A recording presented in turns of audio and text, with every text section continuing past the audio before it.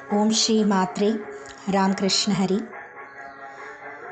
गुरु ब्रह्मा गुरु विष्णु गुरु देवो महेश्वरः गुरु साक्षात् परम ब्रह्म तस्मै श्री गुरुवे நமः.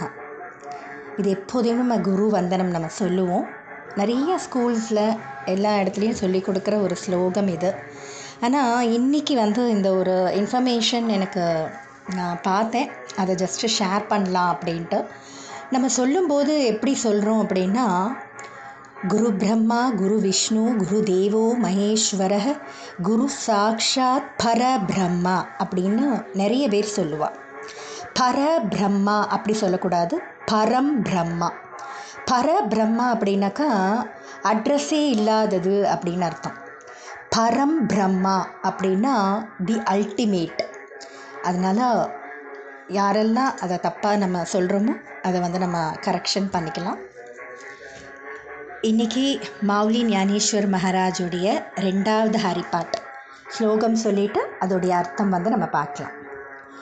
சஹூவேதி ஜான சாஹி சாஸ்திரி கரானா அடராஹி புராணே ஹர்சி காதி மந்துனி நவநீதா தைசே கே அனந்த வாயா வியர்த்த கதா சாண்டி மார்க ஏக ஹரி ஆத்மா ஜீவ சிவ சமா வாயா து துர்கமா நகாலி மனா ஞானதேவா பாட்ட ஹரிஹா வைகுண்ட பரலா घन धाड हरि दिसे हरिमुखे मना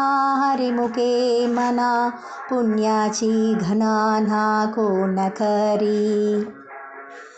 இந்த 2வது ஹரிபாட்டில் மௌலி ஞானேஸ்வர் என்ன சொல்கிறா அப்படின்னா, ஹரியோட நாமஸ்மரணத்தை 4 வேதங்கள், 6 சாஸ்திரங்கள், 18 புராணங்கள் அதோடைய பெருமையை சொல்கிறது. 4 வேதங்கள் ருக் யஜுர் சாம அதர்வண, 6 சாஸ்திரங்கள் நியாயம் மீமாம்சம் சாங்கியம் லோகம் வியாக்கரணம் நிருத்தம் அப்படின்னு 18 புராணங்கள், ஸ்ரீ விஷ்ணு ஸ்ரீமத் பாகவதம் மத்ஸ்ய மார்க்கண்டேயம் பவிஷ்யத்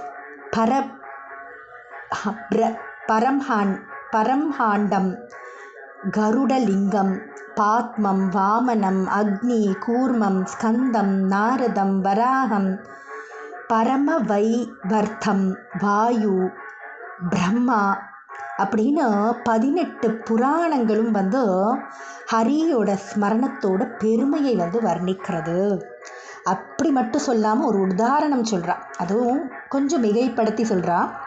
அதாவது நமக்கு வெண்ணெய் வேணும் அப்படின்னா நம்ம தயிரை கடைஞ்சி நம்ம வெண்ணெயை மட்டும் எடுப்போம் இல்லையா, அந்த ஆடையை மட்டும் நம்ம எடுப்போம் பாருங்க. அந்த மாதிரி வேதம் சாஸ்திரம் புராணம் அதில் நிறைய விஷயங்கள் சொல்லியிருப்பா.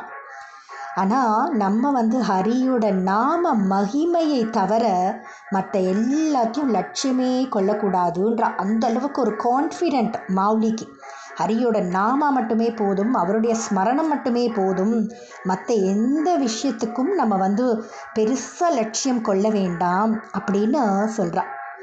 அந்த ஹரியோடைய அந்த சாரத்தை நம்ம அதை எடுத்துக்கிட்டு அதை நம்ம அந்த சாரத்தை மட்டும் நமக்கு அது போதும், மற்றதெல்லாம் நம்ம விளக்கிடலாம் அப்படின்னு எவ்வளோ ஒரு கான்ஃபிடென்ட் இருந்தால் சொல்லுவா இல்லையா.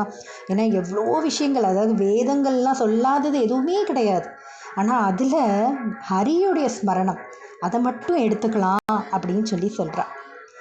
அது மட்டும் இல்லாமல் வேறு என்ன சொல்கிறானாக்கா, நம்மளுடைய ஆத்ம சுகத்துக்கு ஆத்ம தத்துவத்துக்கு நிறைய மார்க்கம் இருக்குது, நிறைய வழிகள் இருக்குது.